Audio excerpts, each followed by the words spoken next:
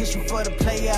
Working all day long, this repetition got my weight up. Pumping like a piston, I can hear him yelling, wait up. Whole world I've been lifting, plot is thickening, I stay up. You don't know what it cost me. Now I'm chilling in the penthouse, living lofty. Pray before you cross me. Shut up while I'm talking. While I run up stocks, you all on my IG stalking. Man, get out my face. Keep on stepping to a king, yo, you bound to catch a fin. Hope you live to see tomorrow. It ain't have to be that way. Go ahead and try to plead your case. I'm just trying to feed a face. Got my family and my crew. I'm just trying to keep it straight. Name your price and we inflated. We came here from out of state. Landlord and this eviction got you feeling out of place. Way that was poverty stricken. Now I kick it with the greats. Call it what you wanna call it, but I know it's fake.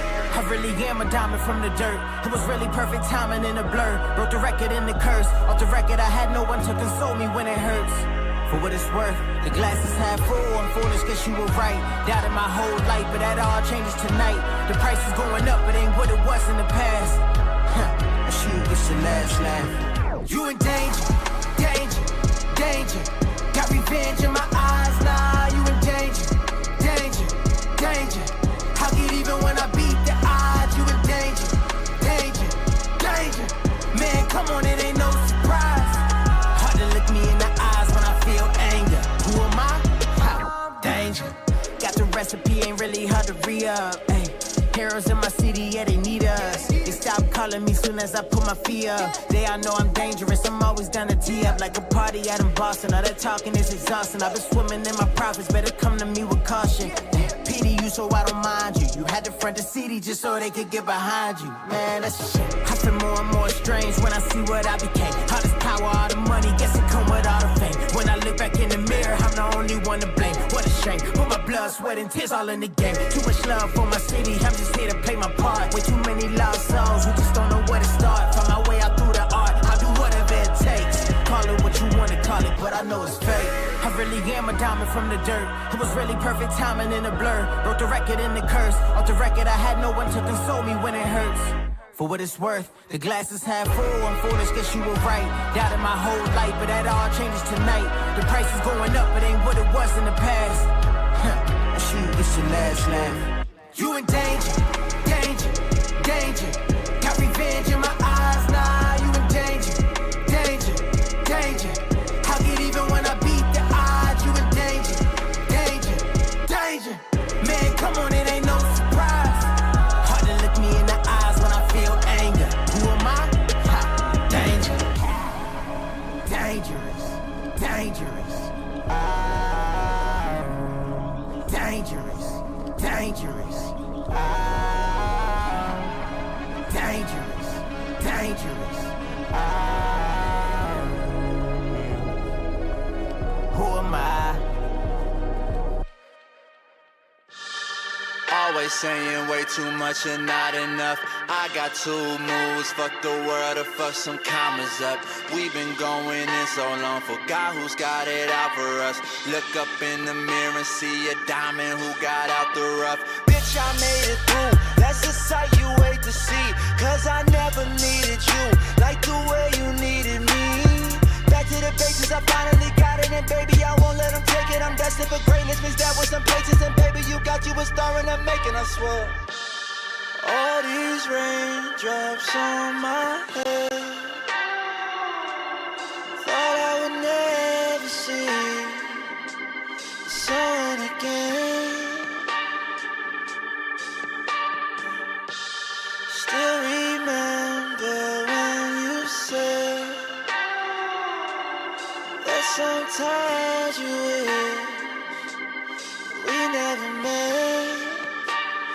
Baby, I'm still right here, still right here. Angels and demons in my ear, hard to relate to all my peers. Got a whole lot riding on this year. God forbid this shit don't pop. I'ma start looking at things to rob. I know it takes a lot for you to make a lot, but I gave a lot, so don't play me, God. Back up in the mix, don't got time to post for pics. I'm just working on my shot until I forget how to miss.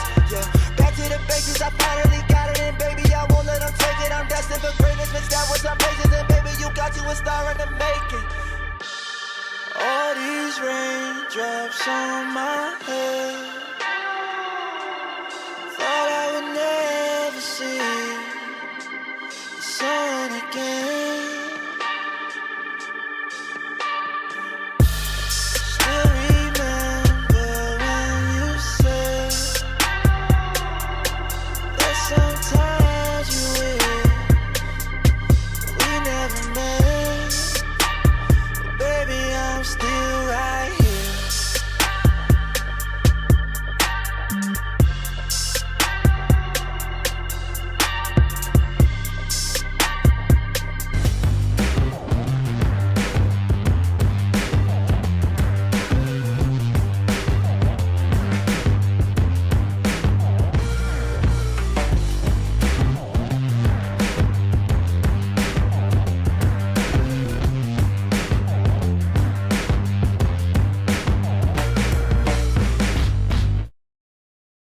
Welcome to WYCD Wicked That Stands for What You Can Do. Good to see the gang.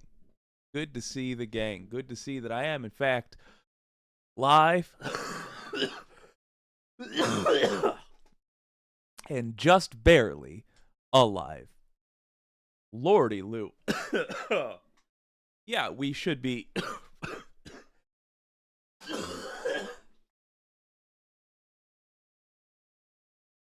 we should be, technically, streaming to Twitch at the same time as we... look at that. At the same time, we're streaming through Restream and all of that goodness. Excellent, excellent. What I'm doing, ladies and gentlemen, is for... and everyone who identifies as whatever. What I'm doing is running OBS through Restream for the first time semi-successfully. My word. We still haven't figured out how to schedule the stream yet. Hence, requiring 2 intro songs. Thank you for your patience. But what we are able to do, in theory, is do a... wait a minute. Is do a... yes, a show. I thought it was called call-in game show for a second.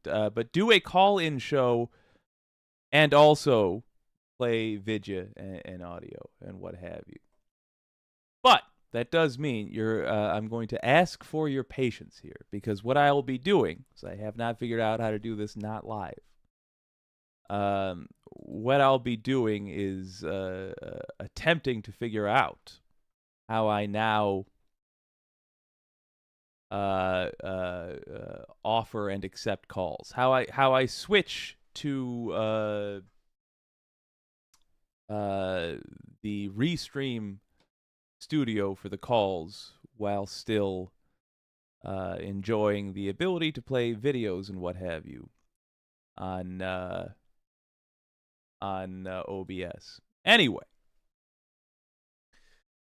that's as for the content we're dealing with tonight. I've been thinking about the conundrum that the left always faces. My whole life faces, starting now, ending in November, that virtually ensures we make no progress. We get ourselves divided on legitimate grounds amongst ourselves. Here's the deal.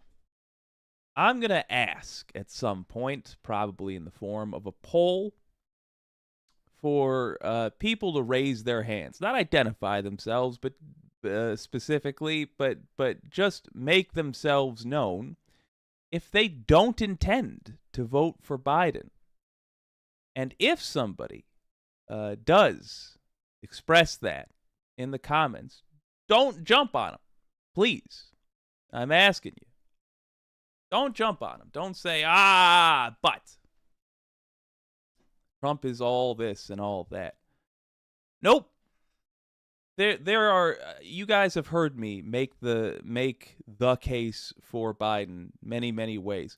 To my distaste, I think as far as that position goes, president, I have my reasons. But I feel like in making that argument, it makes it seem, it pulls us all into the same trap, which is putting everything on one person's shoulders. It's just not so. It's just not so. One of the huge benefits that Republicans get when they run for local office, for example, is that there is a reason for Republicans to show up and vote for all sorts of things, even if they don't like the president. It happens. There's lots of Haley voters right now. Maybe not enough of a percentage to sway the whole presidential election, but there's tons of Haley voters right now who will not vote for Trump. They just won't. For this reason or that, maybe reasons you agree with, maybe reasons you don't. But regardless, it's virtually guaranteed they're going to have a slew of school board candidates they will have heard about. There's going to be state reps they will have heard about because it's part of Republican culture to make those races known. I'm going to start things with talking about this real basic.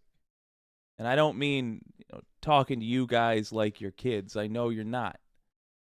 I'm just talking about our broad overview, a plan for all lefties. This is going to mean different plans eventually. But the point is they all start the same way. There is only one group of lefties that concerns me, and it's not the people that don't plan to vote for Biden. It's the people that are frustrated with Biden and so they don't plan to vote. That's the group that kills us. Every single time. It's not only people on the far left, for the record, that do this. In fact, it's universally a Democrat thing to go, yeah, just not going to do it this time. And, as with every criticism you've ever heard me level on this show, I'm as much guilty of it as anyone else. But nonetheless, it's the get our together era for the left. Getting our together starts with having a simple plan. Big tent party means all our goals need to still be able to be accomplished while we work together on things. So that's what this stream is about. We're going to do some news. We're going to talk about the state of Republicans. We're going to do a poll of the audience, and then I got a plan for folks that don't want to vote for Biden. I have a way you can go for Biden if you so choose, that I suspect people who do vote for Biden will still be behind. I'm going to ask you to hear me out if you are interested in that. I know I suspect a decent percentage of the audience is rather on the fence about this guy. Similarly, if you plan to vote for Biden because you are where I am now and may not be in a month, you think he's better than Trump and therefore the correct choice for president because he actually will make it to the office. I got a plan for you too. And both of these plans start the same. They start with us going to the polls in November. Let's say hi to the gang first. Oh my word. Bob Treesh, good to see you, my friend. Donald James X, I hope you saw it. I just responded to you on Discord.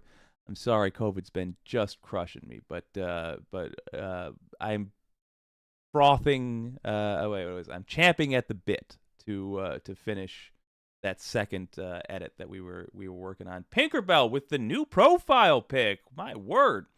Why does the cough take so long to get rid of? Pay no attention to the layer of bong resin coating my lungs. I haven't the foggiest clue what you're talking about.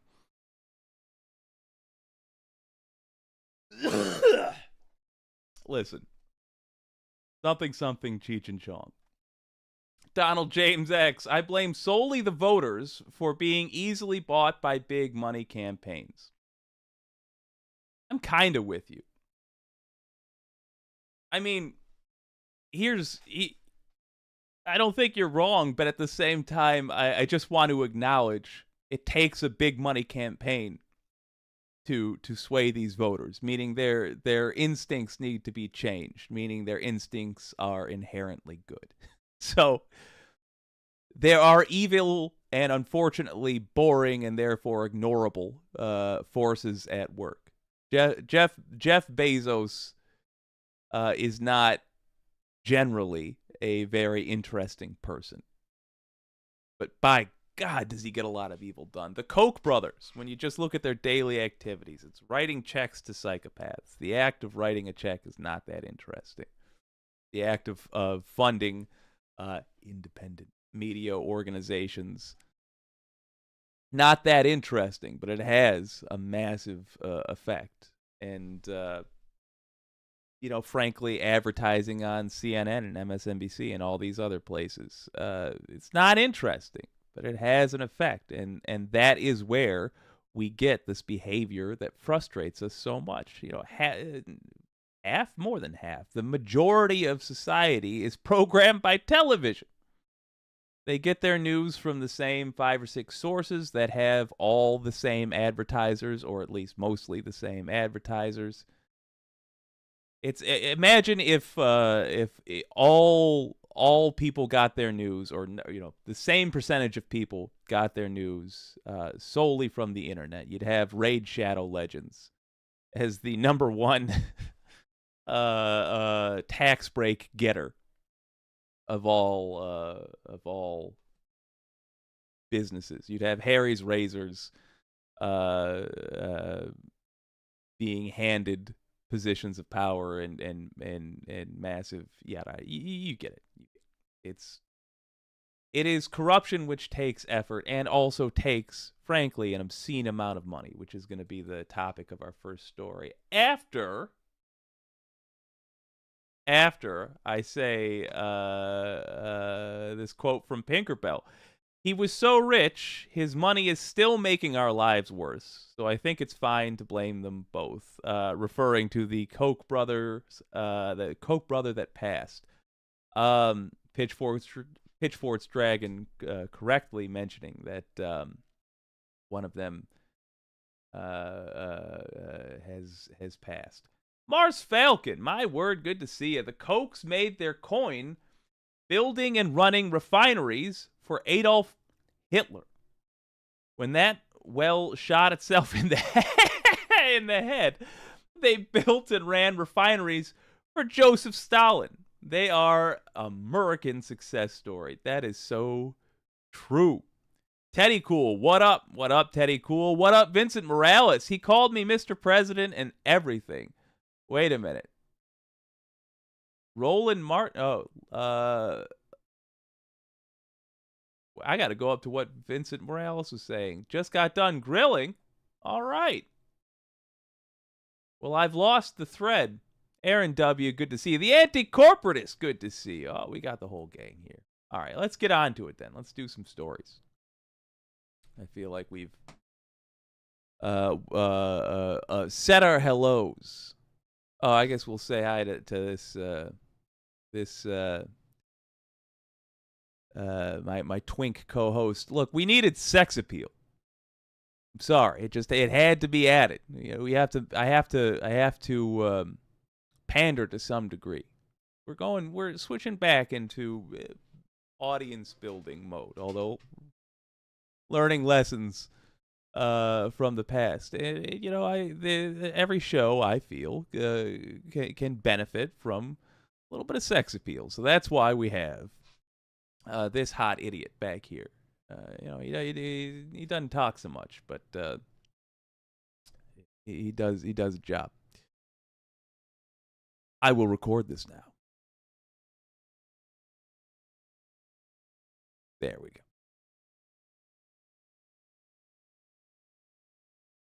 Oh, gang. Have I got news for you? Let's just first of all be clear on what we're talking about when we're saying vote for Democrats. The proper elections, in my opinion, are the primaries, because there's just not a choice in November. There can be. We're working. We are working towards a future where there is. But it's like saying, do you get on the side of a creepy gym coach or an actual serial killer? Who do you vote for to be the principal of your school? This person who is a burnout and doesn't know anything about teaching kids. They're basically Coach McGurk. They're very irresponsible. You wouldn't trust them to open a gas station bathroom successfully. Or Ed Gein, famous cannibal. It's not a choice. Just because the one option you're left with isn't good, it doesn't mean you should be considering the other side. What do I mean? I mean this. The headline here from News 19.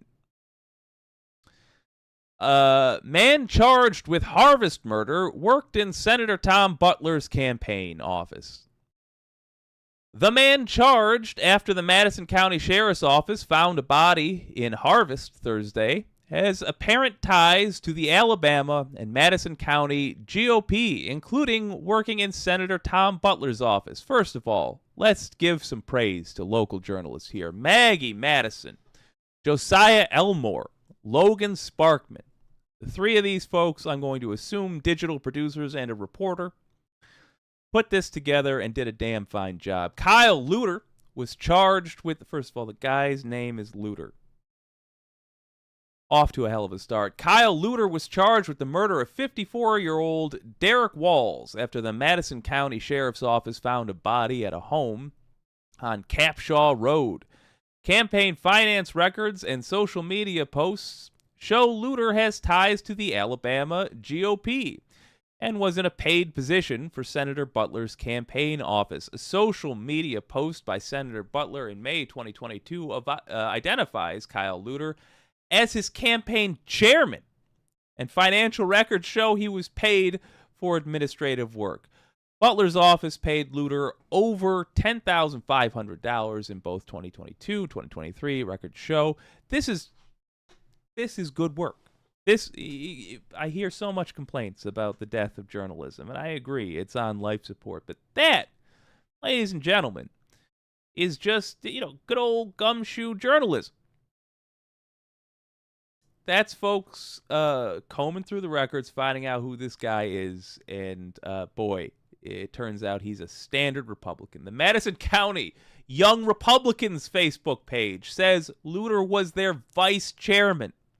And in 2021, he was selected to represent the 5th District of, Madison County, the 5th District of Alabama as the biannual YRFA, Young Republican, whatever, state convention of the Young Republican Federation of Alabama. There you go. The same Facebook page includes photos of Luter with several top Republicans in Alabama, including Governor Kay Ivey, former U.S. Senator Richard Shelby, Alabama House Speaker Nathaniel Ledbetter, Representative Dale Strong, and Madison County Commission Chairman Mac McCutcheon. McCutcheon. There you go. A Facebook page, blah, blah, blah, blah, blah. Luter and Butler, and a photo. Okay.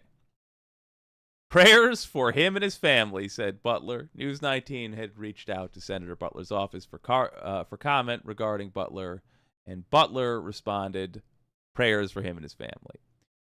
McCutcheon also responded to News 19 request for comment, saying, I do not want to comment on an ongoing investigation. I know Mr. Luter, and I am very surprised and shocked by this. Look at that. They even have a special suggest a correction button. News 19 in Alabama, a well-run organization, WHNT. Hunt. So a little, just an itsy bitsy bit of detail on this. Let's jump in there. Come on. We gonna do this? Apparently not. All right. Well, the situation is simply this. It's a developing story. Meaning, I don't know that this guy murdered another person. I don't know even the reasons police arrested this person. Just apparently, this 54-year-old man knew Luter. Now he's dead. But that is the general character of Republicans. There is no amount of debased act which will surprise me these days to find a Republican has done or is accused of doing. We currently have Matt Gaetz sitting in the House of Representatives, despite Joel Greenberg admitting that he and Gaetz together sex trafficked a child. Greenberg doing time for that.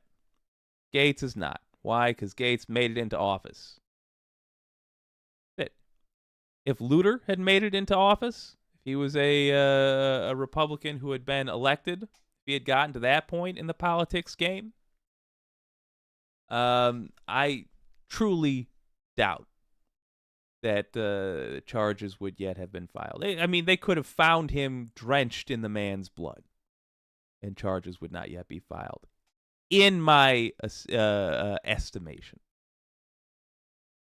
But look at the story like this. Aside from the fact that that's just who Republicans are. They are diseased, murderous, sinister, child sex trafficking weirdos. Look at the path that guy took. He was somebody's campaign manager. He was involved with the young Republicans. He was, in other words, getting involved with such groups. If you think that you can make it through this year without committing a murder, or at the very least, let's do the criminal justice system some credit here and pretend as though they're going to treat a Republican the same as anybody else. Just give it some time. If you can not find yourself in a position where you're accused of murder credibly, then you're probably competent enough to do any of those other things that Luter did. Find the DSA, Democratic Socialist, my God, I'm not even going to try to correct myself, Association. Any progressive group near you, and volunteer, and be competent at the thing you're volunteering for. And when other opportunities are offered, take them. Do some good, and represent the party well. We will win the endurance game, because the only people that want to sign up with Republicans are creepy, weird criminals. Either they intend to be criminals, or they have been criminals already, Santos, and they're just looking to really put a cap on any investigation that might happen. Also Donald Trump. But if you're better than that, which you ought to be, just use that as a lesson for knowing that you're capable of these things. And you can get involved in a small way. And that will, if you will it so, that will become larger things.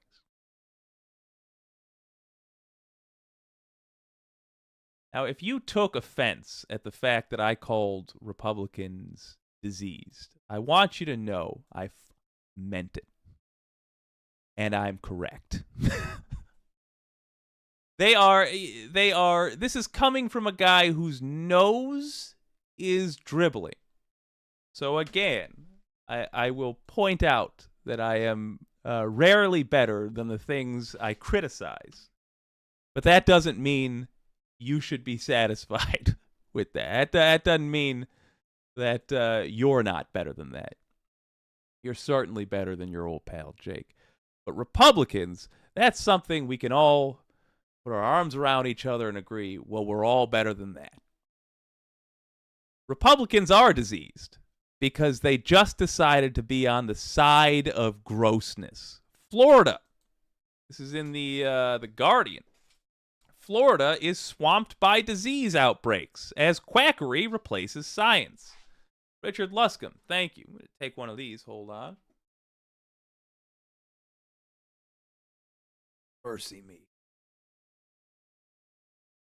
The state is in the grip of a measles outbreak, yet Joseph Ladapo, the Surgeon General, continues to ignore medical science to stop it. Shortly before Joseph Ladapo was sworn in as Florida's Surgeon General in 2022, the New Yorker ran a short column welcoming the vaccine skeptic doctor to his new role and highlighting his advocacy. Oh, God. Highlighting his advocacy for the use of leeches in public health. You know, when I think back to medieval times, and I'm like, if I could bring anything back from medieval times, what would it be? What would it be?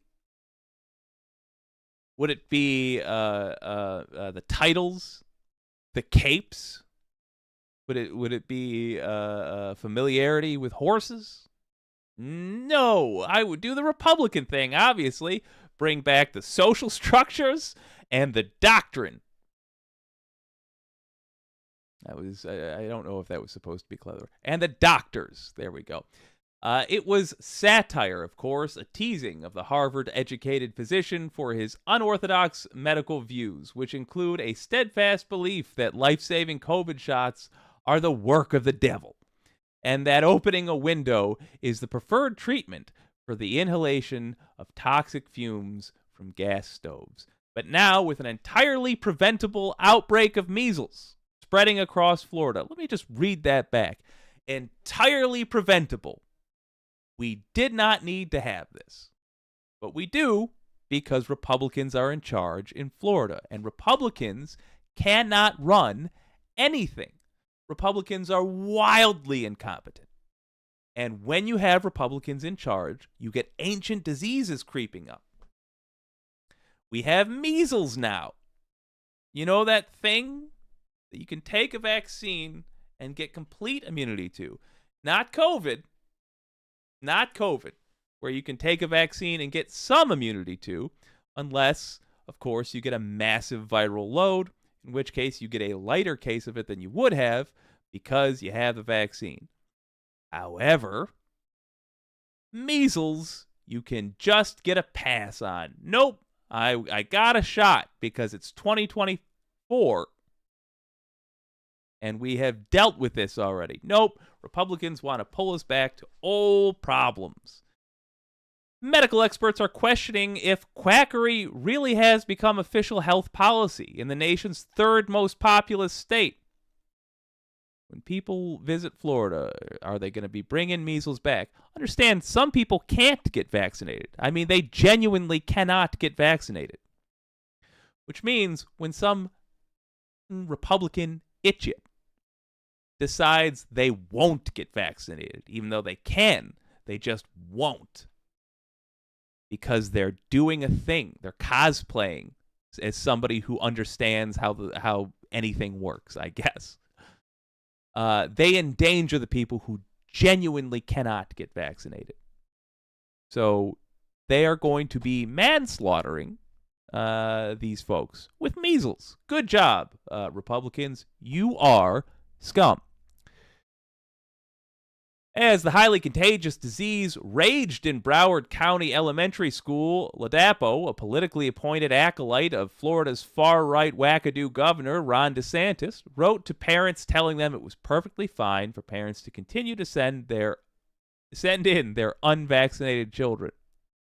So now, remember how I just said some people can't get vaccinated? Like, cannot? Well, now this guy, who has the title of Surgeon General, just said, no. It's fine. Send him in. It's totally fine. And if you're gullible enough to believe a Republican, you then send your child in. That child gets measles, maybe dies, and it's Ladapo's fault. The surgeon, it's really, it's as much the voters' fault, frankly. The Surgeon General is Ron DeSantis' lapdog, and says whatever DeSantis wants him to say, said Dr. Robert Speth, a professor of pharmaceutical sciences at South Florida's Nova Southeastern University with more than 4 decades of research experience. His statements are more political than medical, and that's a horrible disservice to the citizens of Florida. He's somebody whose job is to protect public health, and he's doing the exact opposite. Ladapo's advice, deferring to parents or guardians as a decision about school attendance, directly contradicts the official recommendation of the Federal Centers for Disease Control and Prevention, which calls for a 21-day period of quarantine for anybody without a history of prior infection or immunization.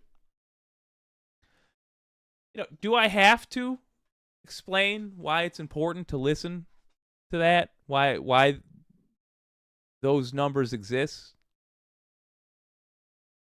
When Republicans hear something like that, they just assume, because they've been trained to, they just assume that the 21 days is a made up number, or like some clever person, some slick person say 21 days, they'll be fine. Knock it down to 0 because we're American. And then it happens, and everything works out great. They never stop and question, why 21 days? Where'd you get that number from? What's the source there of your number? Why is that? Is that arbitrary? No, it isn't arbitrary. That number is arrived at because they're tracking the disease, they're studying it, and they're finding out at what point you cease to be infectious. You stop spreading it to others. Why was measles a big deal? Well, number one, 21 days before you're not spreading it. It's a very infectious disease. Number two, it kills. It's a horrible thing to go through. It doesn't have to kill. It's also just unpleasant. But yes, it does kill. And yes, it does make lives worse. And it scars sometimes. It's generally not a pleasant thing, particularly if you're immunocompromised. Like, say, if you're a little kid that had cancer once. That happens sometimes. But you survived cancer. Good. You can't take a whole slew of vaccines because your immune system is rebuilding from the start. Then some kid that belongs to a stupid Republican parent comes in, coughs in your face, and kills you. Because, unfortunately for you, even though you beat cancer, America can't seem to beat Republicans. And so you die anyway. Horribly. Because you were around dirty Republicans. That's my view of them. As it should be for most folks, on account of Florida is swamped by disease outbreaks as quackery replaces science. That's just the facts.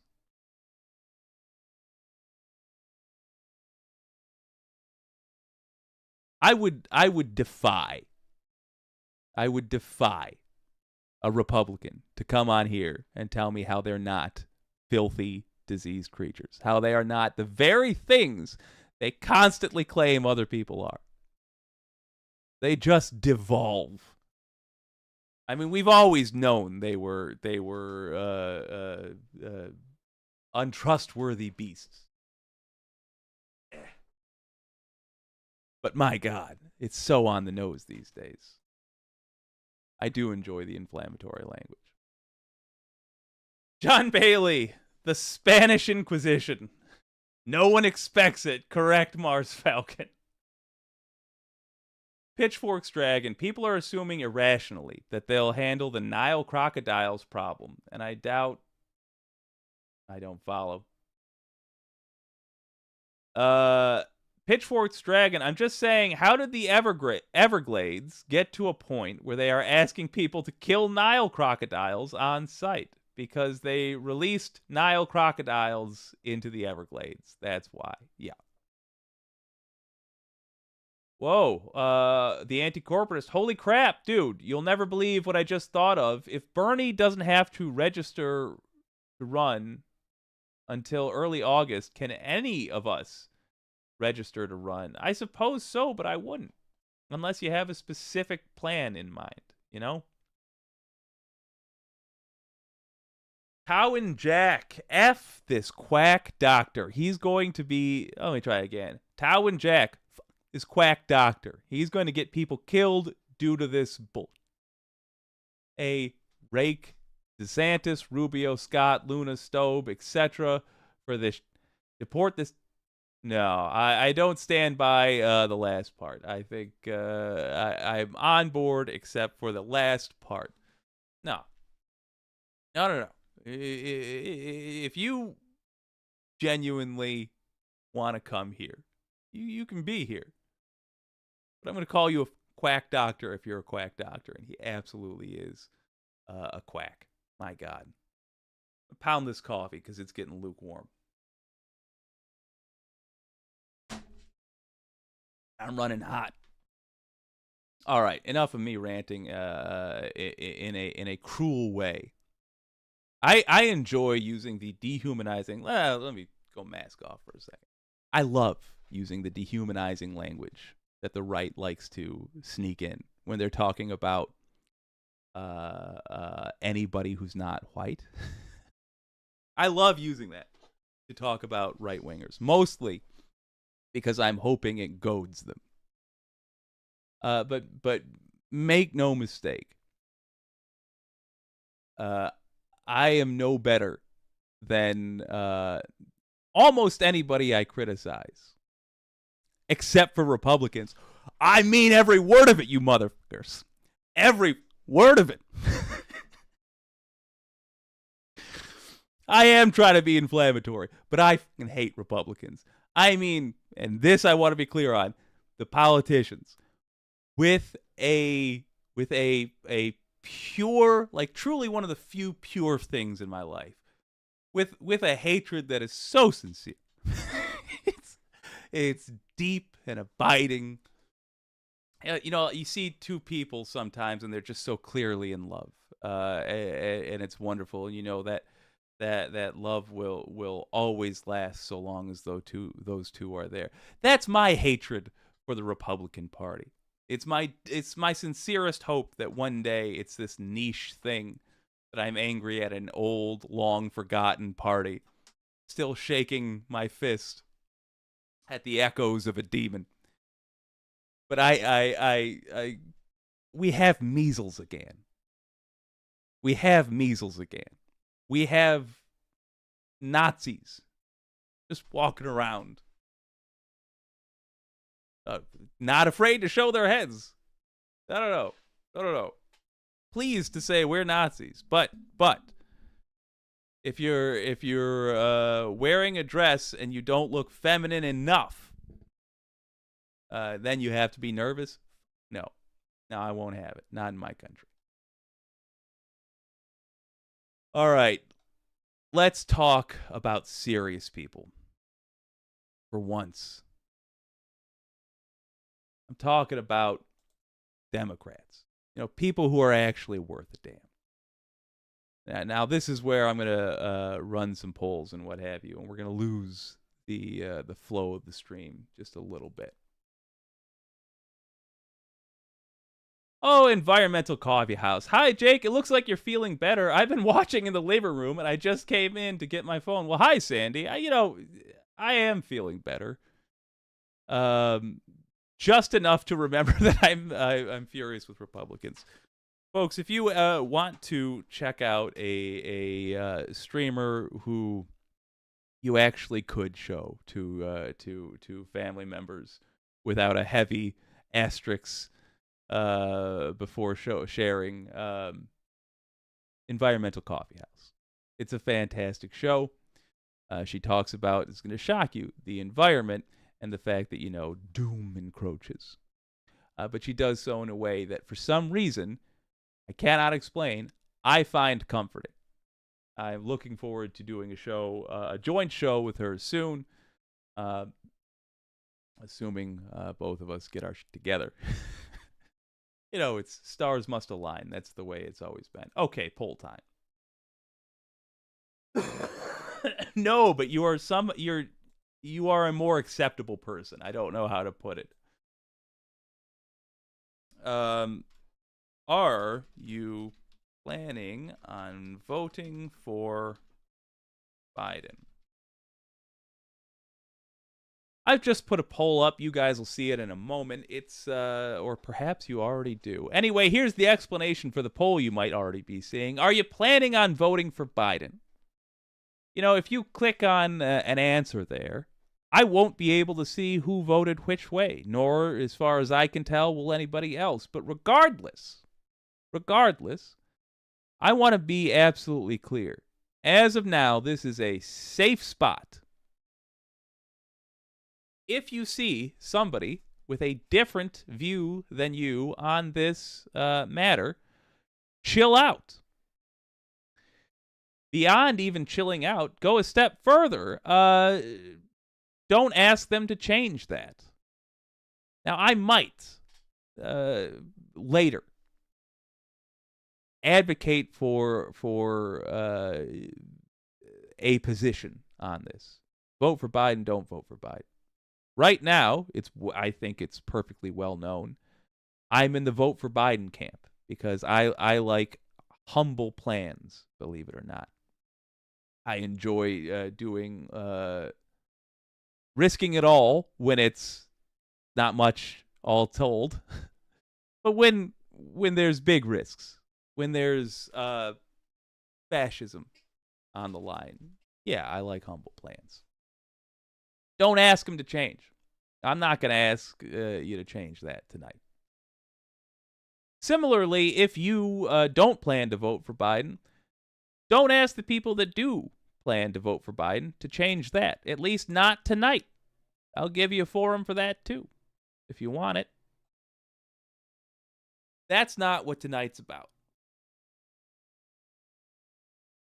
Regardless of where you stand on that, we should have plans for the left.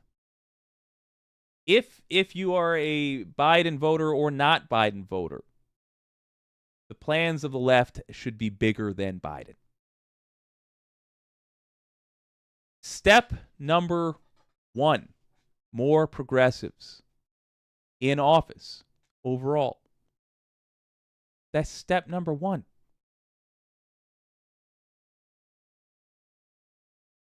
I'm going to record it. Yeah, do a separate segment.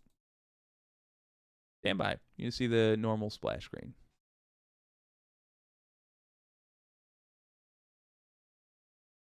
Step number 1 in all plans for the left is going to be to have more progressives in office. It doesn't matter where we go after November. The path is easier the more progressives we have.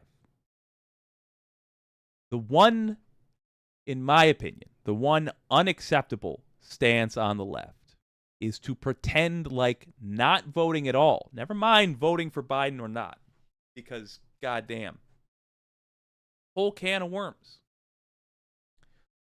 But not voting at all is not a protest. That's abandoning your obligations, in my opinion. It's not a plan, in other words. It's a protest if there's a plan to it. If there's not, then it's a tantrum. The left is way, way more susceptible to this problem than the right is. The reason for that is that the right has a built-in interest. They often have people at the local level that commits people to showing up, at least for their cousin who's running for school board, etc., etc., etc. And those votes accumulate. They incidentally wind up voting for a bunch of other similar monsters, and that is how we have a relatively small percentage of the population competing with the will of the American people, because we cannot keep our shit together long enough, or just long enough for one election. So step number 1, show up and vote. You don't have to vote for the same president as everybody else, but show up to vote. Let's talk about what happens if Trump wins. Let's address the concerns of the folks on the left who are planning on voting for Biden because the alternative is Donald Trump. As of now, that's me. If Trump wins, I am going to want enough progressives in the House and the Senate to impeach him after he's convicted of a crime, or when he does the next crime. We can nullify the fact that Biden was unable to get reelected by not alienating the people that don't want to reelect Biden. So if you want to argue with them, that's fine. I think the left is mostly about arguing. But we're not kicking anybody out, and this is why. We are strong together. To me, the House and Senate are more important. This is one of the many, many reasons. For example, the House and Senate, together, with enough numbers, can get rid of a president. Now, that requires a massive amount of seats held by progressives, or frankly, just Democrats at that point. However, even if we get kind of close to it, we can sway. I mean, let me put it like this. If we get kind of close to it, if we get, let's say, not quite 2/3, but 15 seats shy of the 2/3 necessary to convict, the political winds will be such that every centrist who's a Republican is going to be looking to jump ship. They're going to be saying, this MAGA thing is not something that I feel is going to last. I'm going to jump ship. I will not be running as a Republican next year. I'm going to be running, if probably away, but if not away, then as a Democrat. We can sway people if we're close. My point is just, count your chickens.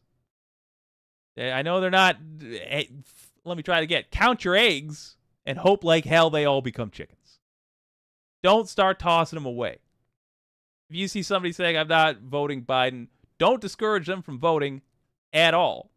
In fact, say, that, okay, who else are you going to vote for? That's the question to be having. Christ, the conversation to be having. Worth noting, I pounded so much coffee. It fights the COVID. That's the conversation to be having. Who else are you voting for? All right, you've said what you're not doing, and I understand your reasons. Separate conversation. Who are you voting for? Who do you like? If you're talking to somebody who's all amped up to not vote for Biden, the place to take that conversation is, who are you voting for? What affirmative thing? What positive thing? What actual use are you going to be then? There's so much energy into how we're not going to be useful. Oh, I won't do this or that. Okay, what will you do?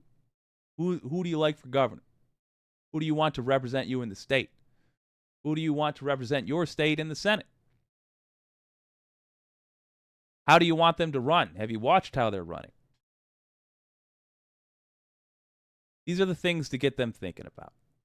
If, by the way, You are determined not to vote for Biden right now. Have I got a plan for you? Let's say things shake out a little differently. Another scenario. Biden gets reelected. People are just too many gaffes from Trump. His brain melts again, and he mentions Obama. He finally says the N-word out loud. Whatever. Biden gets reelected. And now you're sitting there feeling like an unrepresented lefty yet again. Believe me, I know that feeling. Do you know how effing dramatic it would be to impeach his ass for war crimes? Imagine what you could do with a determined group of progressives and MAGA. All we need from Biden is for him to not be Trump. That's literally it, as far as I'm concerned. We need a Democrat. We are no longer relying on the political whims of the person holding the office. We need somebody who is in the party in office. I don't care if it's Biden. So once he wins, I don't give a damn what happens to him. He might take a knee on his own halfway through his term. I genuinely don't care. So, if he sends yet another weapons shipment, if he vetoes yet another UN resolution for a ceasefire, whatever. If he, now let me be clear, he has to actually break a law, in my opinion. Well, not in my opinion, in fact. He has to actually break a law. But if he does, and you have the progressives to do it, you can have his ass kicked out. What a great way to announce that the progressives are done with the Democrats. You get a large enough number of progressive House and Senate members together, and I'm talking a very humble amount, and you turn to the Republicans. You say, you guys don't believe in things. I know you want the massacre in Israel to keep going, but what you want more than that is for Biden to get impeached, because that would be embarrassing. You could literally work with them and make that happen. Something to think about. Those are the options that are available to you if you don't have a bunch of silly-ass, blindly Biden-supporting representatives in office. That means you should be involved in your local races. That means you should be campaigning with progressives. Find them. They don't even need to be in, let me try that again. You should get involved in local races. They don't have to be your local races. You find enough good progressives around the country, you can call for them from anywhere. You can donate $5 to any of them. Don't give it to Adam Schiff, because he'll turn around and give $2.50 to a Republican. But progressives, yeah, you can help them anywhere. Get involved with those races to give yourselves weird options like that. Weird options like that. Not perfect loyalty to a party line, but loyalty to ideas. Like, for example, that the U.S. shouldn't be involved in war crimes. There's a wild one. A genocide is not something we should have a hand in. There's a wild one. You have options. And even if you wind up opposed later to people, it doesn't mean you're necessarily opposed to them now. And it doesn't mean that both of your plans can't start the same way. We don't know how things are going to wind up. We don't know what the field will look like, but we can see that for the people who are interested in peace and prosperity, all plans begin the same way. Go to the polls. Vote blue. Get us progressives in the House and Senate.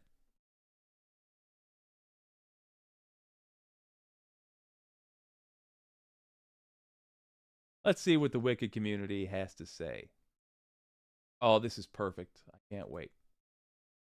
I'm going to end this poll now, mostly because I want to talk about it. Bark Eater Den. Aloha, comrades. Well, hello. Brandy Nuance. Dude. Pinkerbell. The Democratic Party is holding everyone hostage, playing chicken with voters because have you seen the other guy? Exactly. That's exactly it. I just think that's such an opportunity for us, especially because I see them not at all prepared for this wave of political activism that has arrived on the left. I mean, it's here now. They have no defense for it. They have no idea what it is. That people finally actually understanding how any of this works is just, it's not something in their DNA. All of their, you ever seen those islands with like no predators on them, and how all the animals just, they have no natural defenses, and then as soon as a human turns up, they get hunted to extinction. It's what happened to the dodos. That's the Democrats. Everybody who's a Democrat now, frankly, Republicans as well, cut their teeth in eras where people just had no clue how any of this functioned. Even how it was supposed to function, they didn't understand, much less how it actually worked. So now that you have people following the daily votes of representatives, and you have people who are like real time able to fact check speeches on their phone, they have no idea.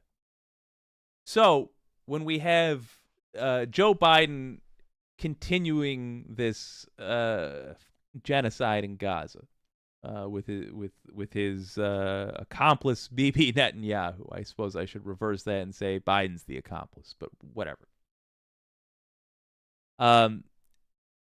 I don't think they're prepared for something like an impeachment coming from the left, like a resolution coming from the left, which then has bipartisan support because MAGA flocks to it. They don't actually care what it's about. Bear in mind, they won't care, but we know they don't care, which is why we can impeach them for very left things.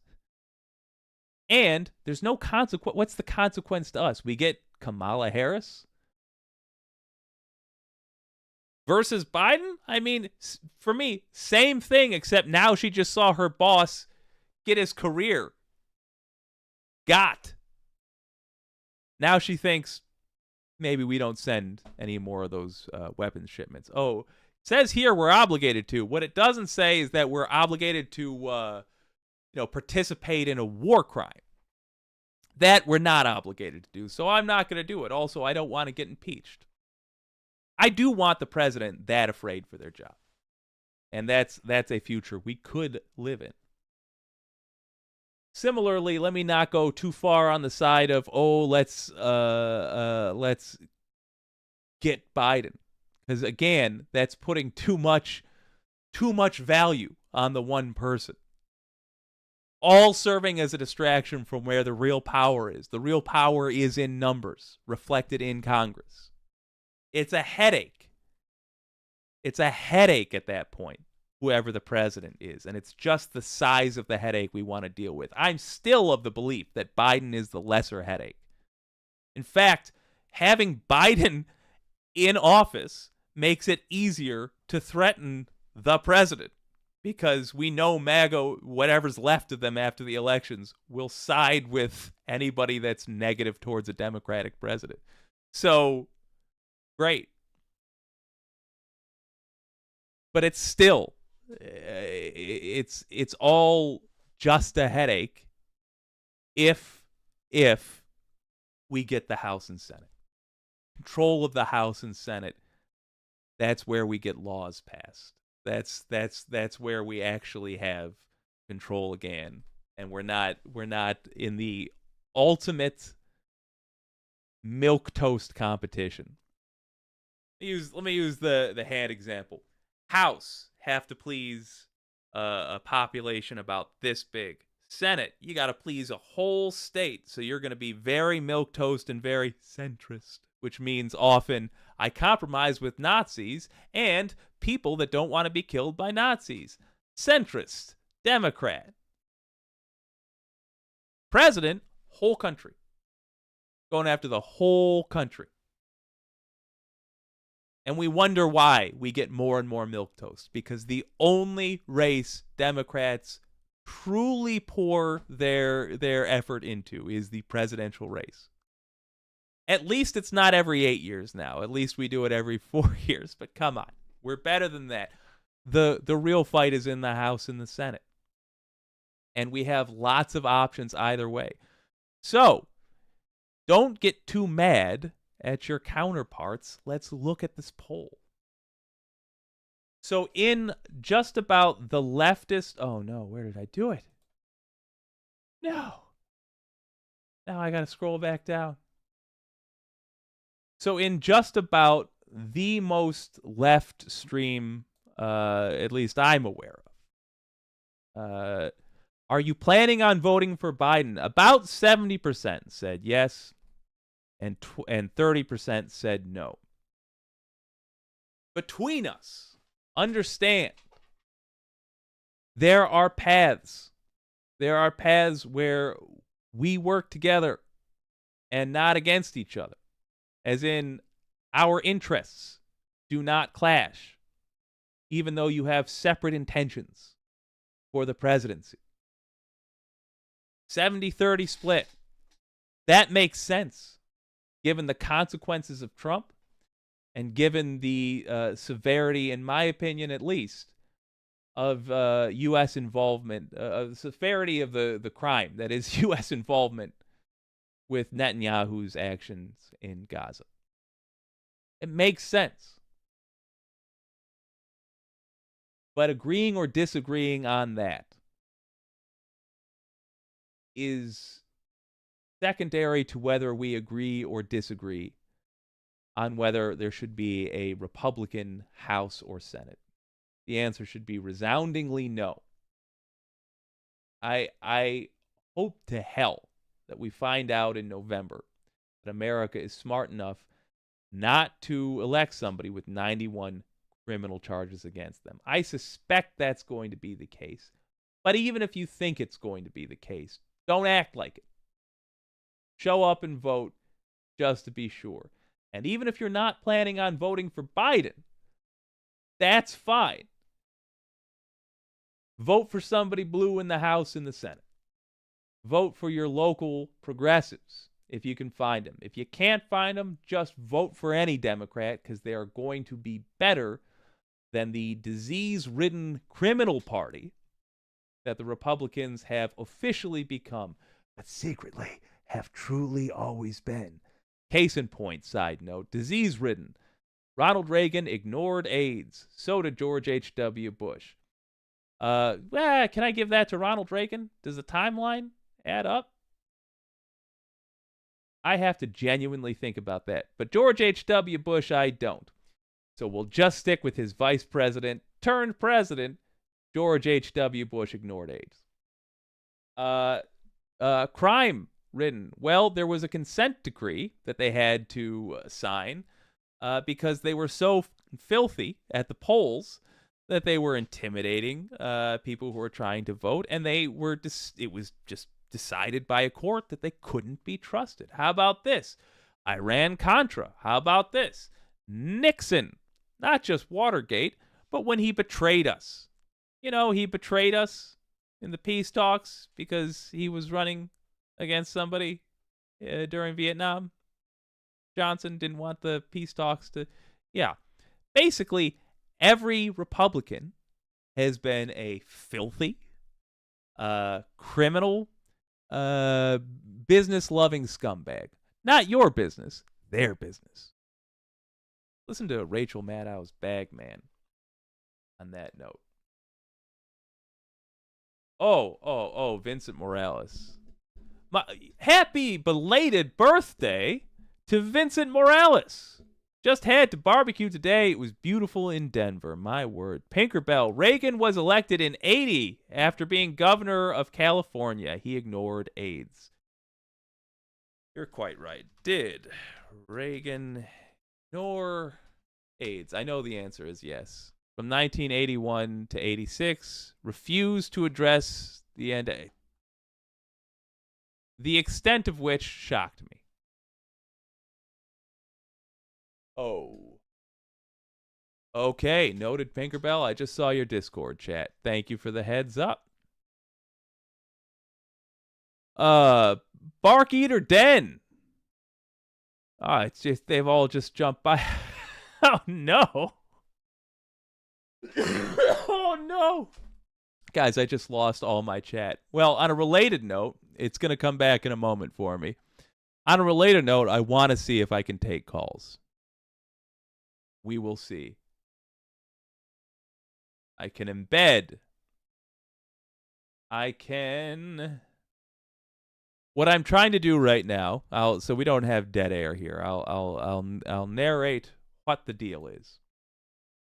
Theoretically, even though I began the stream from OBS, I should be able to jump into Restream and pull the invite link. The invite link. For this stream, so I can then invite folks from the audience to call in.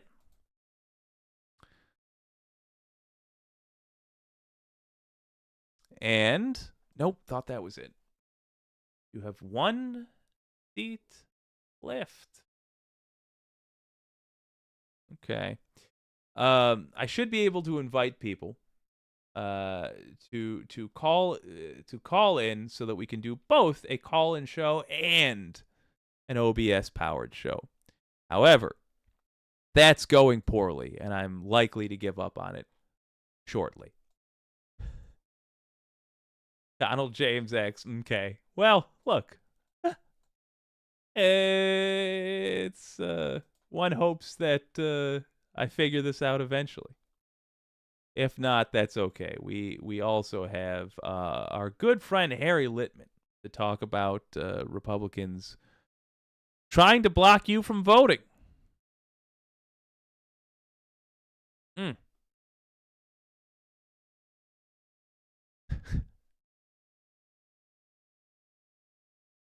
Tinkerbell, we're trying to do it all here, folks. Yeah, maybe not, says Donald James. Maybe not. I certainly hope that I figure it out one day, but it looks... Oh, I might have got it. Wait a minute now. Wait a minute. I'm taking a little page from No Comment Chick and just enjoying the live nature of it all. And not worrying so much about restream channels. Not worrying so much about it being a perfect show. Well, that wasn't it. We're going to try again. I'm going to go into... We got stats, chat, stream information, restream channels. Okay, here we go. By the way, to the one person watching us on Twitch, thank you so much. I appreciate you, my word. Yeah, that really is brutal, though. I'm simply not able to do it. All right. Noted for the future. I will figure that out then. I am, of course, still desperately trying to find it. Nope. All right, Harry Littman. We gonna talk about voter suppression. it has to be said that Harry Litman is, as we say in the internet streaming game, I guess, a gentleman scholar. He's a person whose background is lines up nicely with the era. He's an educated person. And so to hear him talk about things like Republicans purging voter polls, you might think he's talking about like the 1920s, like Jim Crow era stuff. I want to be perfectly clear. This is today. You should check and make sure you're registered to vote today, because Republicans are pulling this bullshit right now.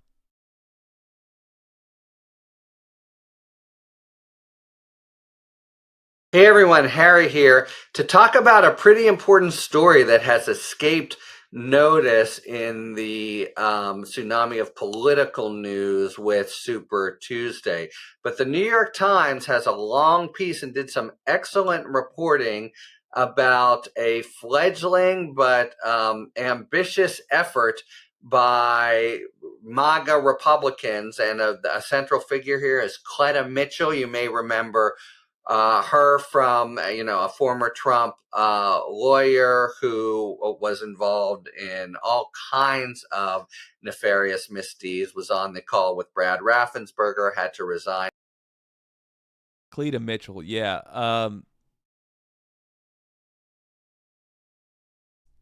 I just gonna say understatement of the century from her firm. Anyway, she, among others, has nefarious but burgeoning, I think. Started it's got a clever name of Check My Vote. Sorry about that. But it's a programmatic effort with, organized blueprints, basically to try to target Democratic strongholds and pare down the eligible voters. And just listen to that. The name of the program, whose goal, I want to point out, the goal of the program is to purge voters. The goal is not to purge illegitimate voters, none of the crap they always say they're doing. The goal, as it always is, as we have had confirmed many times over, as has been vomited out of the mouths of Republicans, the goal is always to purge legitimate votes for the party they don't want to win. And they call that Check My Vote. Maddening. Not even, yeah. I had not heard the name of the program before now. And do so with really strong arm tactics on, small time election officials in mainly suburbs of big Democratic stronghold cities. So the same sorts of people we saw Rudy Giuliani and others browbeating in Georgia.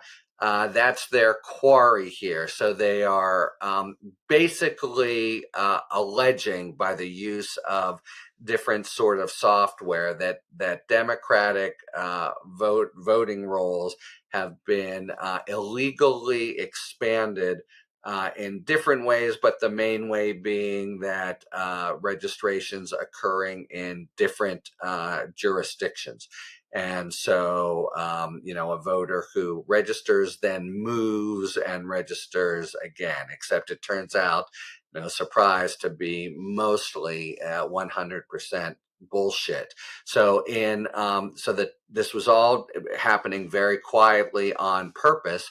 And there is a suburb of Detroit where they were able to skim the voting rolls by about 100 people. And until the New York Times got wind of this and brought it to the attention of the local authorities, and turned out to be bogus, those voters have now been reinstated. So that's a small victory for voting rights, but it's part of a big operation that is just kind of flexing its muscles and getting going. And so, and even when they make false allegations and it's discovered, there can still be consequences for individual voters. It can affect one if you've had these sorts of temporary purging from the rolls. It can affect your ability to vote by mail. So just to be clear, absolutely clear, they look for areas that are likely Democrat leaning, and they attack our voting rights. They claim a crime in the hopes that they'll be able to get away with an assault on our voting rights. Not unlike, for example, a racist walking down a park, seeing a black person they disagree with over something, and deciding, you know what I'm going to do? Instead of just having a regular argument like a gentleman, what I'm going to do is pretend that a crime has happened and call the cops and get them to try to kill this person for me, because I am the lowest type of human that exists. You know when that happens? Pretending there's a crime so that they themselves can get away with a crime. That's what this is. It's their excuse to order up a state crime like a pizza. There lies a problem here that we must address that has never been addressed before. This has been dealt with before. The problem is they are allowed to keep doing. They do it knowingly. They do it in a way that is, I feel, provable. As in, provable in a court of law.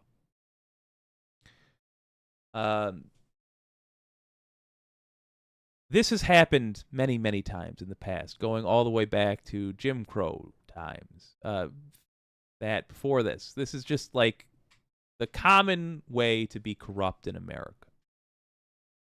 And conservatives, regardless of the party they're part of, conservatives are the ones that do it. Because if you're a conservative in America, you want to go back to worse times. Worse times were better for you because you're a bad person, generally speaking. So, what happens is we double check, and the left-leaning voter puts in the extra work, as always, to ensure that their rights are not taken away, and we survive. We have to do that part again right now. We have to do that part, the same old part, again now. We have to beat them in the old way again now.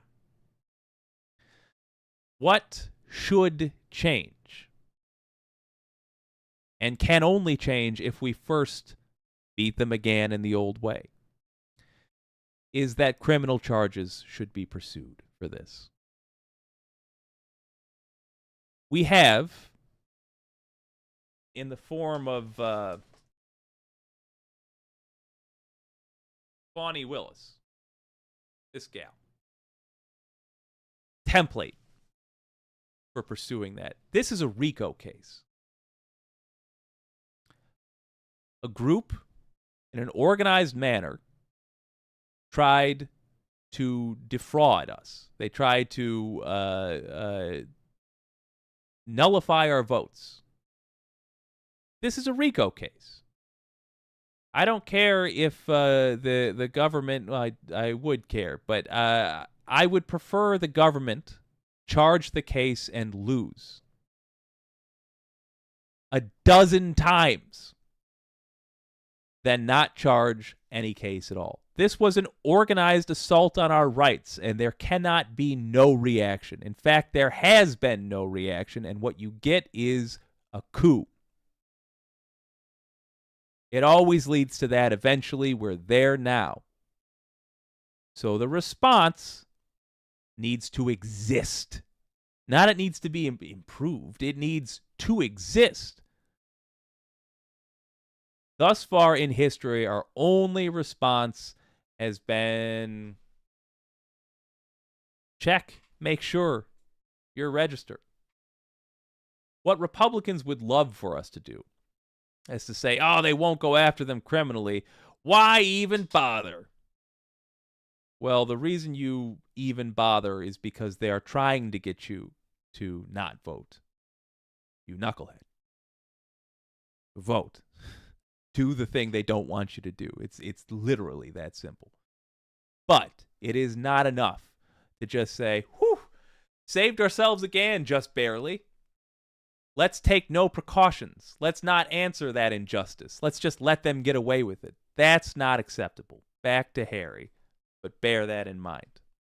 This is, by the way, why you should check who your local prosecutor is. Make sure that's a lefty. They exist. This gal right here,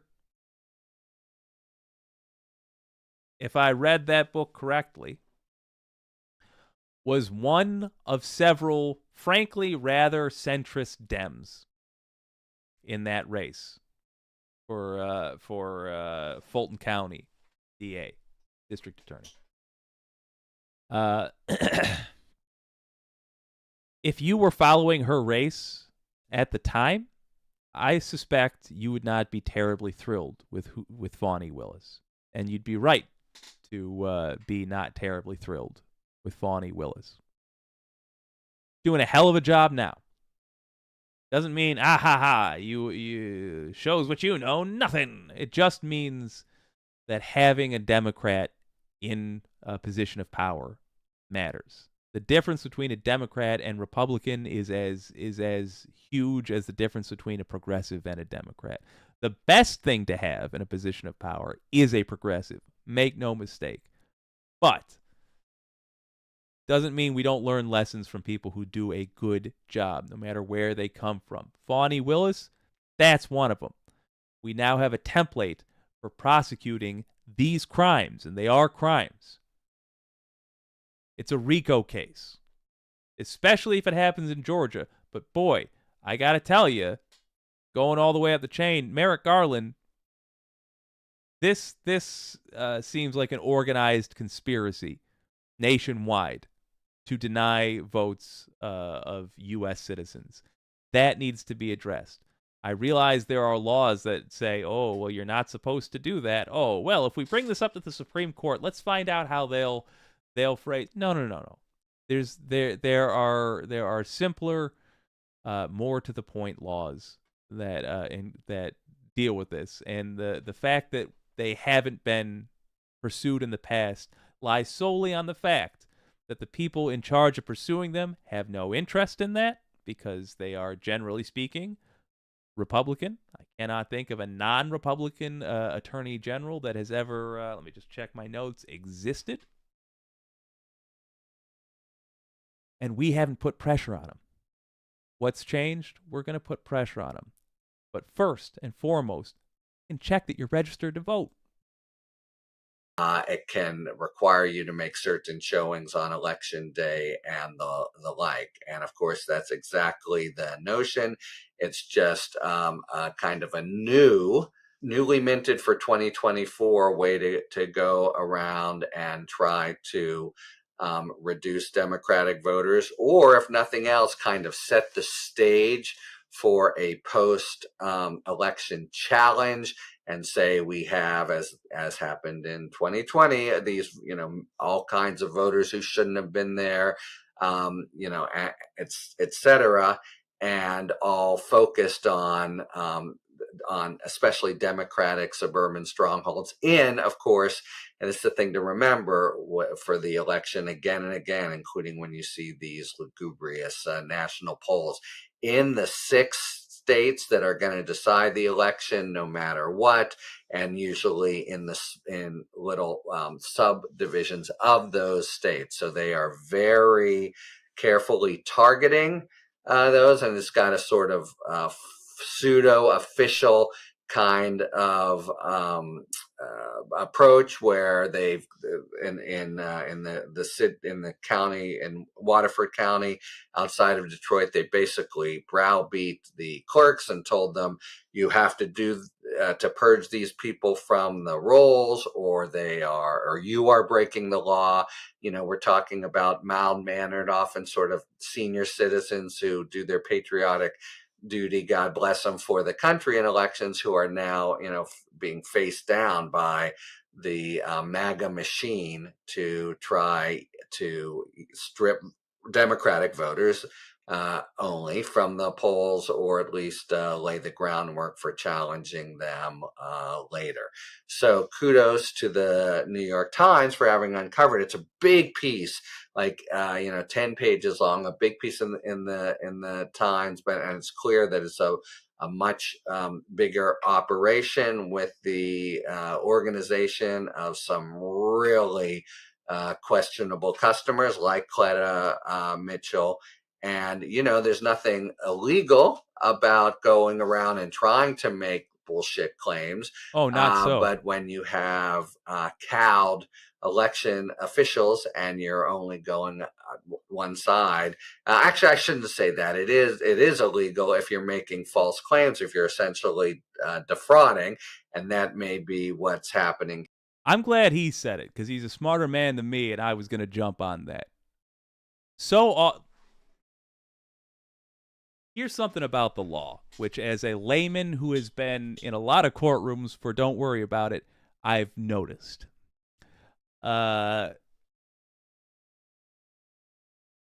Oftentimes, broad notions of right and wrong can be expressed in legal terms, and people in very safe rooms with a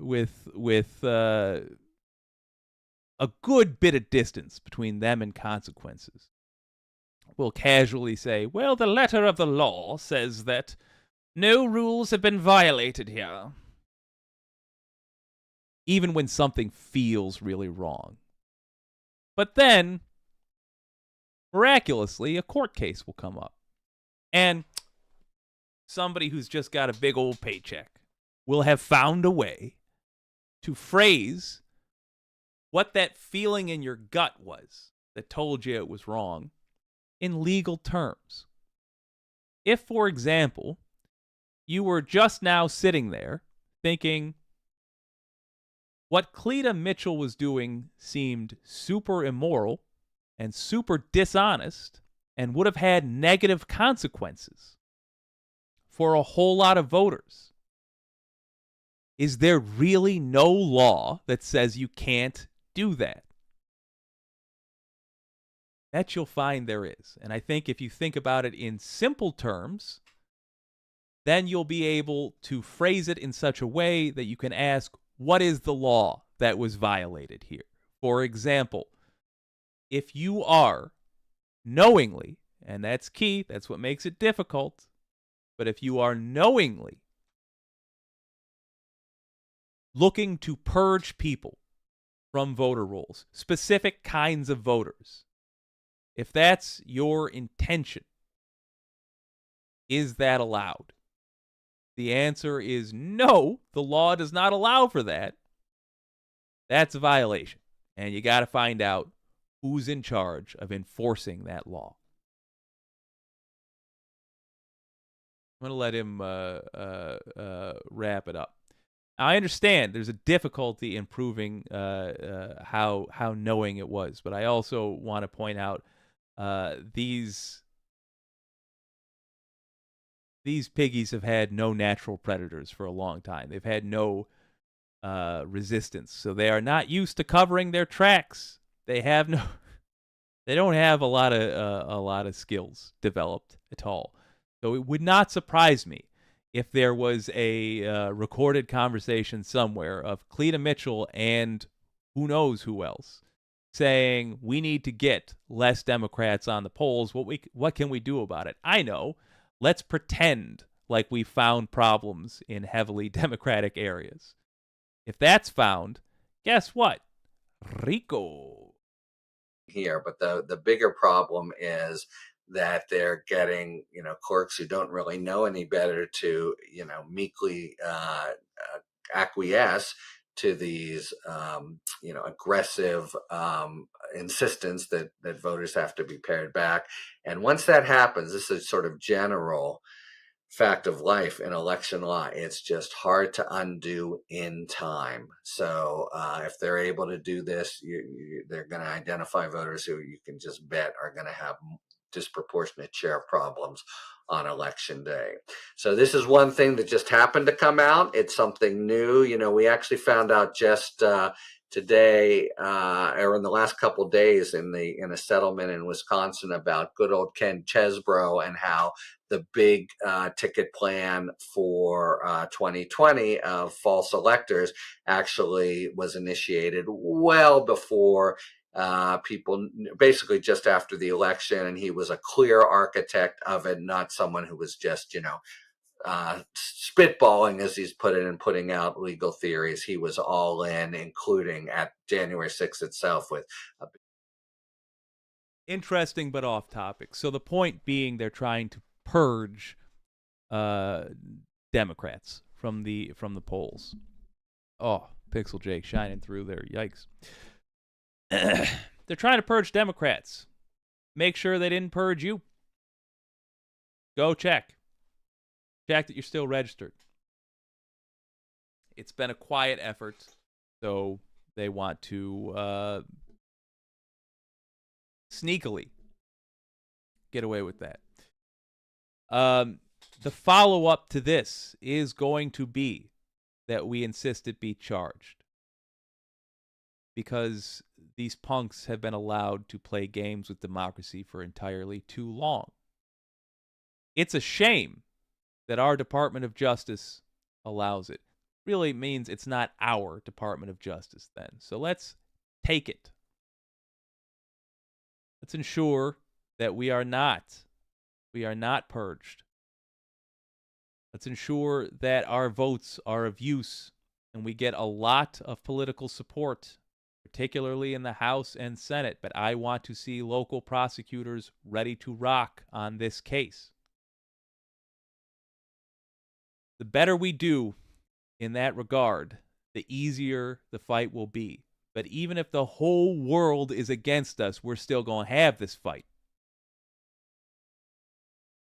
I don't care how hard it is, because we're not in the era anymore where we let these things slide.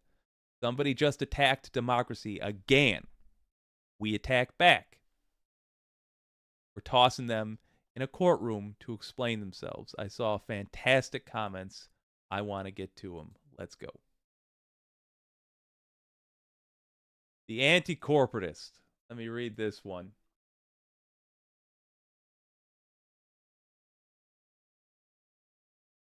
Where? I just had it. Okay, well, I'm going to read down the... There we go. Yeah, here we go. The anti-corporatist. Yeah, there's got to be a couple of them up there who are stupid enough to leave a paper trail. Most of them will talk in circles, but some are stupid enough not to. Yes. I mean, they were led by somebody who did a phone call wherein he outright stated that he literally wanted one more vote found than his opponent got. Or than a number greater by one than the amount he lost to his opponent by. I mean, that's how dumb we're talking here. We're talking about Matt Gaetz letting himself get blackmailed by Roger Stone in the form of writing a full confession letter to Trump, with the belief that Trump would then issue him a preemptive pardon for something he hadn't been charged for yet. Roger Stone, well-known blackmailer and scumbag, Matt Gaetz gave this letter to. They're not terribly bright, the point. And they're not used to having any sort of aggression against them, which they richly deserve. So yes, absolutely, they will have left a paper trail. Also, idiots are a universal truth. If you're trying to do something across the country, We'll absolutely encounter idiots. By default, if you've come onto this channel at any given time, there is, at minimum, one idiot present. It's just something you got to work with. And it's why, by the way, not a good idea to do crimes. It's a really good idea to do everything within the letter of the law. Not because the law is right or wrong, but because it makes you immune from dummies accidentally spilling the beans. Republicans haven't learned that. It means there is certainly going to be somebody who's out there texting all of his friends, yeah, we're doing that thing where we're trying to screw over Democrats, specifically Democrats. And I just want to be clear, we don't care that we're lying, and we are lying, and we don't care that we're lying about why we're doing this. We're going to do this fraud. I'm trying to remember as I do this bit. What was the incident where they're caught on text literally saying what the crime was? Do you guys know what I'm talking about? They were literally talking about pretending there was voter fraud. And they did like a winky emoji and just made a mockery of how ridiculous the whole thing was. Yeah. It's shocking that it doesn't jump to mind. Mars Falcon. What the hell? Oh, excuse me, wait. Wireless mic. What the hell? Wow, would have been nice to know you were going live tonight. Look, I didn't know I was going live till very shortly before I went live. What we are doing is attempting to run Restream and OBS at the same time. Thus far, we've been able to use OBS to stream to 2 locations, but not to also use Restream to invite people to call in. That is a shortcoming of this platform that was not clearly laid out when I bought a 1-year subscription. Why? Painful. All right, jumping down some. Donald James X. I guess Gates is as dumb as he looks. He truly is. Pinkerbell, the very strong emoji game. The anti-corporatist. They are more about suppression. Yes, indeed. Wireless Mike, glad you're feeling up to streaming anyway. Well, thank you. I'm trying, man. Donald James, just shut down Twitch and that will give you room. No, that's for needing enough streaming destinations. That would be the case if we already had guests. But what I need to do is generate an invite link for this stream.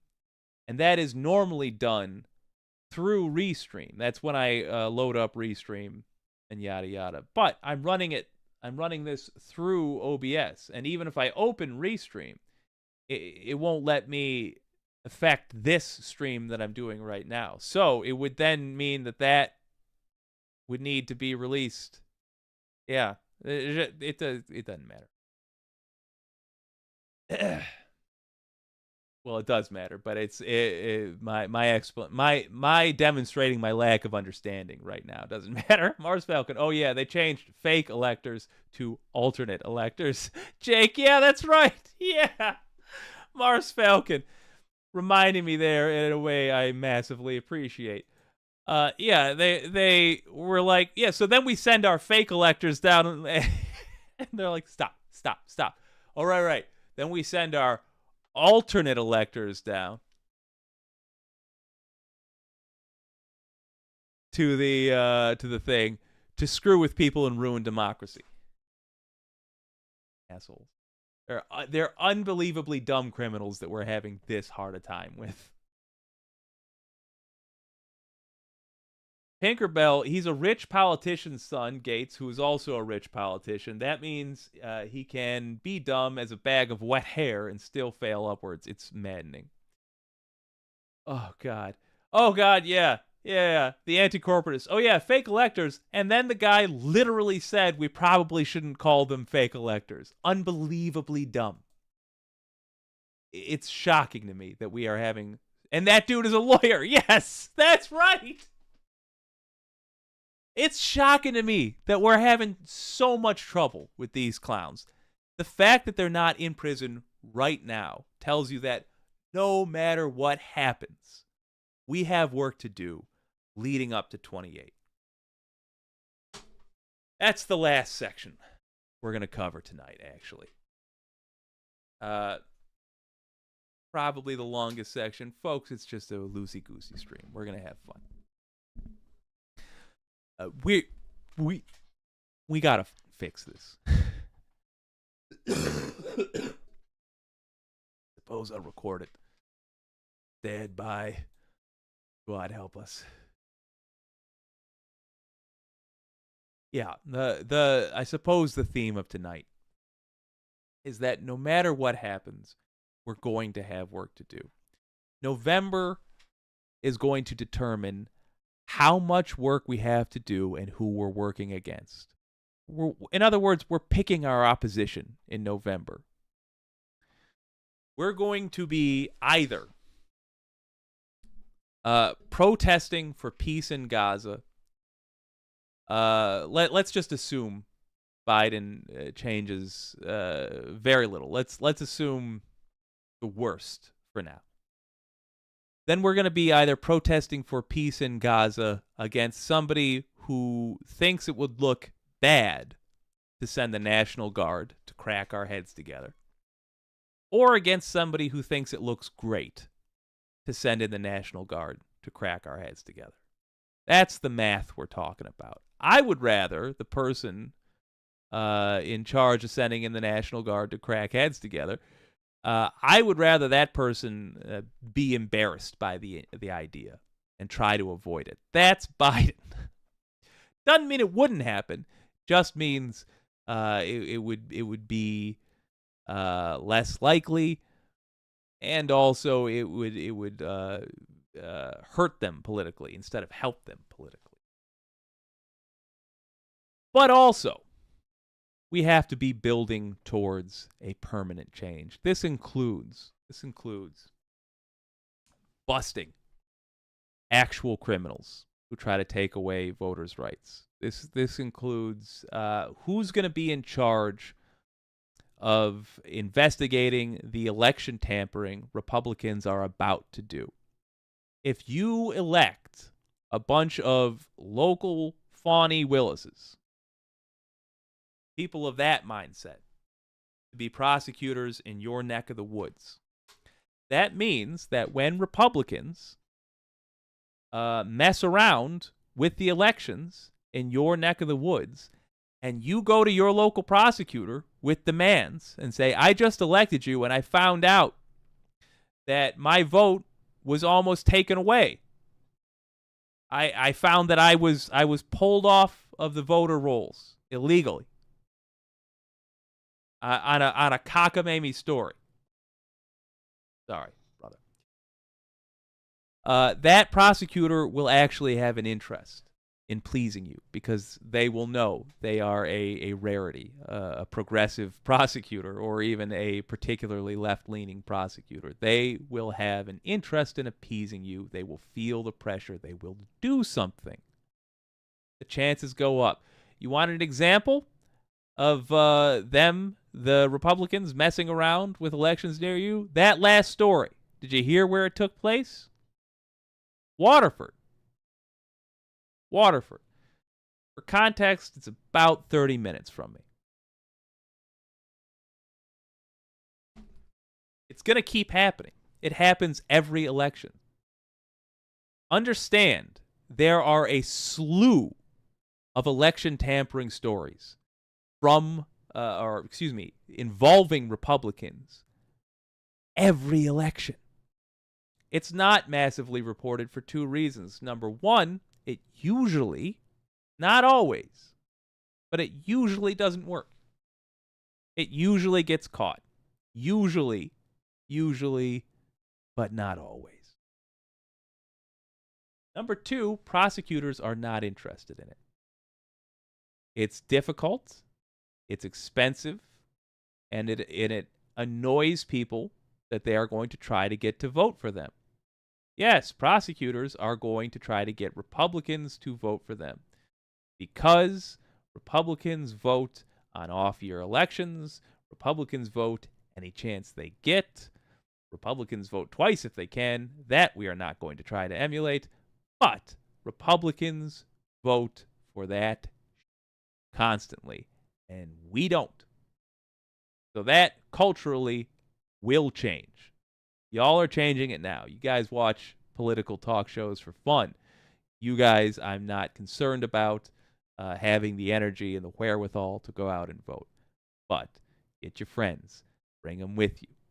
Make that a habit. Make it a cultural thing. Find a way to make it cool, then inform us and dorks how to make it cool, and we will do our best.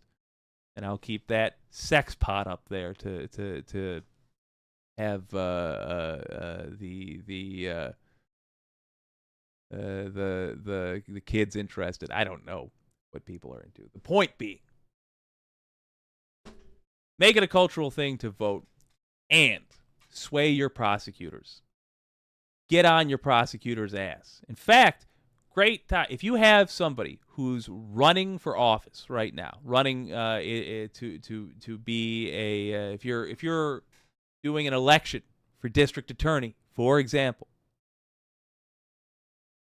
you don't know who's going to win yet, but you know who you want to vote for. Make them aware that you're a major supporter of theirs. Be a name that shows up a lot. Be a face that shows up at some of their events. Just go on their website. They'll have a website that even if it's just a Facebook page, it'll announce when their upcoming campaign events are. Find out and show up.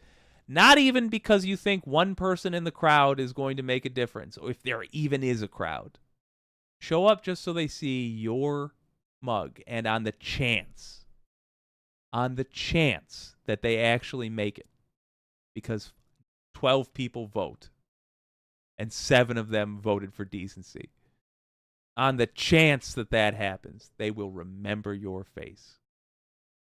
You will show up, and when you have a demand like, my vote was almost taken away, this happened in my neck of the woods, I expect you to do something about it.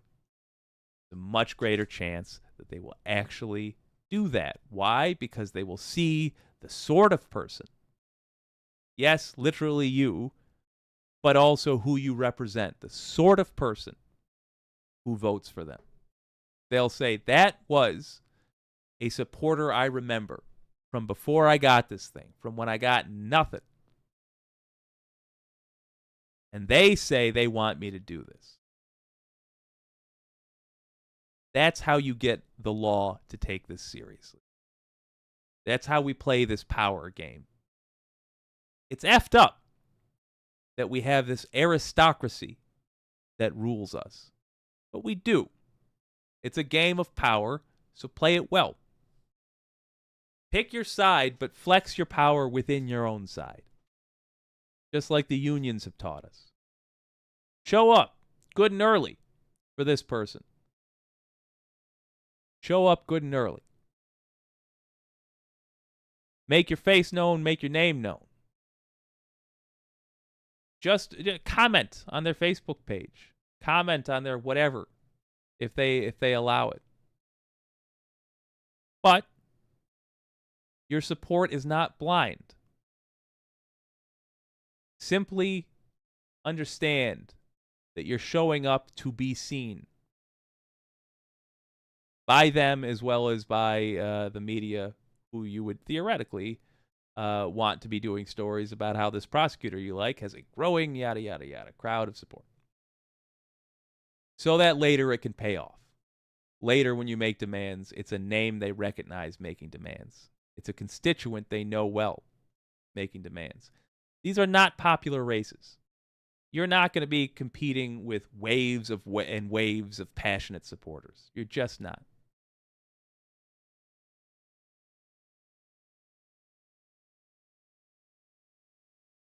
too often I have found that we view the presidential, not even that. We view the election as the end of our efforts. And I'm not thrilled when people say it's not, but it is true. It's true. I'm not thrilled when people say it's not because it's exhausting. We give so goddamn much. But I also don't want to make it seem like we have to live like this for the rest of our lives. We actually don't. It's true that I think we can't go back to the bad old days of just pretending like nothing matters and being somehow entitled nihilists. Strangest culture we managed to create in America. But we are in a place with this democracy where the election is one of a few steps that are going to be necessary for restoring order. Step number 1, big election coming up, get as many tools together as we can. The best we absolutely can. Step number 2, pressure these motherfuckers. Pressure them to do the things we want done. If I had any era of history to do over again, it would have been the first 2 years of Joe Biden's administration. Strange as that may seem. The first 2 years. When the hurdle was Joe Manchin and Kristen Sinema. I would have poured all my efforts into how to blackmail those two, and then that's what I would have done. Now we do a similar job, but across a whole party. How do we put these people in positions they don't want to be in until they do things we want them to do? Or, be ruthless enough to be kind as well. How do we throw them bones in ways that work to our favor? That's the kind of stuff we have to be thinking about. But understand that the things we want are the things America has been corrupted to fight against. We want fairness. We want decent pay for the American worker. We want not an oligarchy. We want an end to the pointless bloodshed around the world. These are things that American parasites have ensured America is all about perpetuating. So we are going to have to do additional work. That means we're going to have to pick our tools and then use those tools to dismantle those things about our government which we do not like.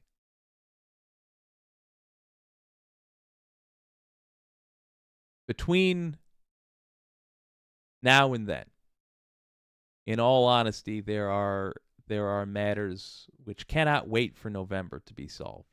For example, an ongoing genocide. We will work on these things with the greater game plan in mind. I try that again. We will work on these things with the greater game plan in mind. But do understand that for a progressive, the fight we are looking at now will come in waves. The first one will be leading to November. After that, it will be leading to 2028. And after that, hopefully, we are looking at an entirely different political system. One in which there are hopefully not two parties, or at the very least, there are two better parties. One in which it is the cultural norm for people who are attacking voting rights to be prosecuted. We will have to do the difficult work of building a better nation for the next generation. That is, in one way or another, every generation's job. And the shape of ours has been made extraordinarily clear. Defeat the oligarchs. I think we can do it. As a matter of fact, I think we will do it. And I look forward to fighting side by side with you.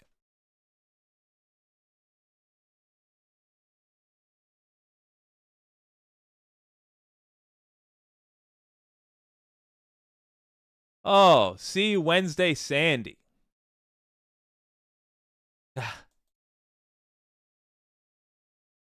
I'm seeing something from Pink here. I want to read that. Hold on. Mars Falcon. EPA was run by a guy that had lawsuits against the EPA to pollute. Education department run by a religious nutjob that hates public education. Labor board run by Scalia's kid. Union Busters Incorporated. It was sick. Yeah. Yeah. BC Clarity. Public health is love-based. I agree with that 100%. Oh my God, wireless mic, and housing was run by a brain-dead surgeon. Look, he's out of touch. There's no doubt about it. But why can't I remember this guy's name? I'm not going to look at chat. Hold on. I used to do impressions of this guy. Michael Brooks did hilarious impressions of this guy. Why can't I remember this guy's name? It was a massive insult that he was assigned to HUD because he's a surgeon. He has nothing to do with HUD except for the fact that he's black and Trump's a racist. And he associates urban development and housing and urban development with black people. Ben Carson. Yeah. World famous surgeon. Ben Carson was.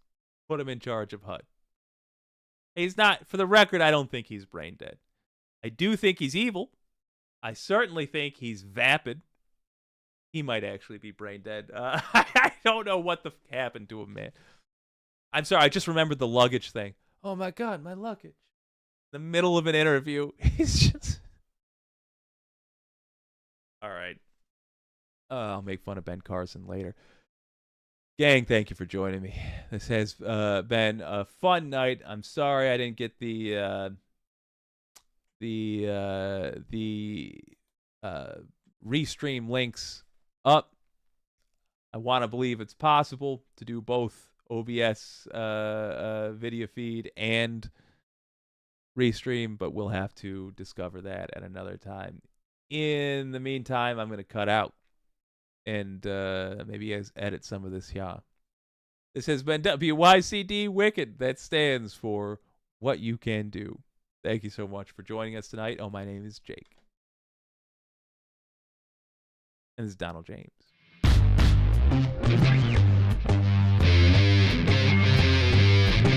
Ooh. Wait a minute. I'm told that we should raid GNN. My friend, you got it. At the end of this song, folks, the stream will pour into Galactic News Network.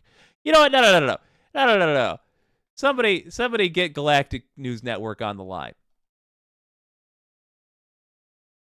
Surprise bonus bit. We're talking GNN. I like this, Cat, for a number of very superficial reasons. If GNN is live right now and able to see this stream, let me just point this out, motherfuckers. Remember this? Huh? Yeah. I just think it's fascinating that a couple of jazzy cats talking lefty politics with a space station themed setup happen to exist in the same space at the same time. I'm surprised our space stations haven't crashed into each other.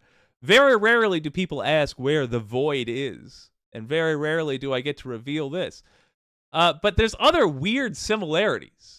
Like, for example, our tendency to parody ourselves with night characters. I just think that there's some kismet there, and it makes I'm very appreciative of such a thing. So when we end the stream today, we are absolutely going to go over to GNN, where it's very much the same vibe, only with slightly more competent, just slightly more competent editing skills, production skills. Also, mouth word saying